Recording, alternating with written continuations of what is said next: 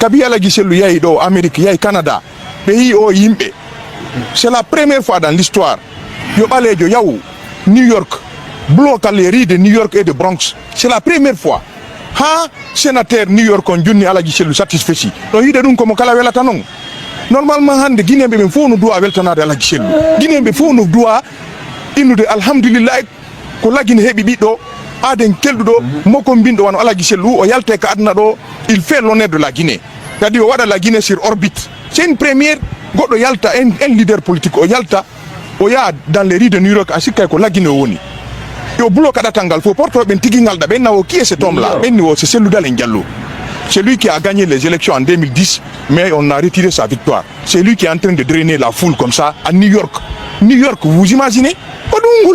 C'est tout. C'était pour nuire, pour essayer de ternir l'accueil triomphal de Cellou Dalein, l'apothéose à New York.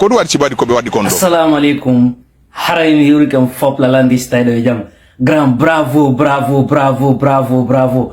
Mi fala no hay kellu gollo même wawale ko jungo ango ya ngom jogitori portable. Grand félicitations, meilleur communicant. Tu es meilleur communicant. Grand fima kudo. Le champion. Grand félicitations. Oh sortie do meilleure sortie. Et kadi mi profite do encore une fois. Kudum bonni akile CNRD din ko sabutum président Cellou Dalein yeyi do New York. Canada, Teddinama, respectama. Alors que Cellou Dalein est une chance pour la Guinée, ça je vous mens pas. Voilà. Nous devons tous s'élever pour soutenir notre guide politique pour qu'il puisse devenir le président de la République. Donc c'est ça.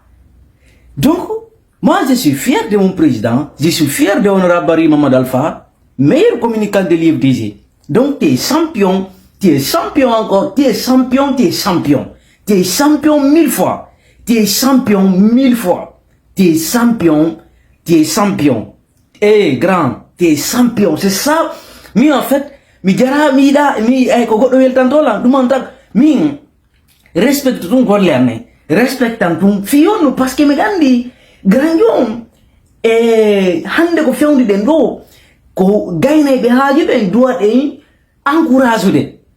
Ona o do piji birri soutenir grand bébé hande de mari cadre be dare sifa be do dare il de no mari cadre be kakaraji dari darti ko dum le lang c'est la 10 mi taw sorti ji mabbe di mo kala wo do yaltiri to wadi dare sayji kadi ablay ba kindia so yaltino wadi sorti ko do wadi hado Nodi imbe gontongo yawete be nodi imbe yawetake. Mais vraiment félicitations à toi grand, félicitations et mille merci à toi. Vive le président Cellou Dalein Diallo, vive notre champion et guide politique yo Allah oko président Cellou Dalein Lam. Mitori kema Allah ya man huwa al-wahidu ahadu as-samadu allazi lam yalid wa lam yulad wa lam yakul lahu kufuwan ahad. Yo Allah oko président Cellou Dalein Lam. Yo Allah dandumo bonabe makko. Yo Allah oko mo dube cellal. Yo Allah dandumo. Yo Allah ko président Cellou Dalein Lam. Yo Allah ko Mamadou Alpha Bari dube cellal o ka militant be fok dube cellal o ka en lamu hara yangi men ki bonale holo de hodo en lamude mi toriki Allah yo Allah reenu en ayna yo Allah ko en lamugo he min président Cellou Dalein fima e ko do fimon ko do honorable Barry Mamadou Alpha fimon kadi ko do donc me le weltani on félicitations vraiment wakilo le combat continue. Et les mari leader du Waodo, Yarako Njabu foot, Imbe Samakala Bera foot and no Sivabe. Les mari leader du, Dari président Cellou Dalein on irande.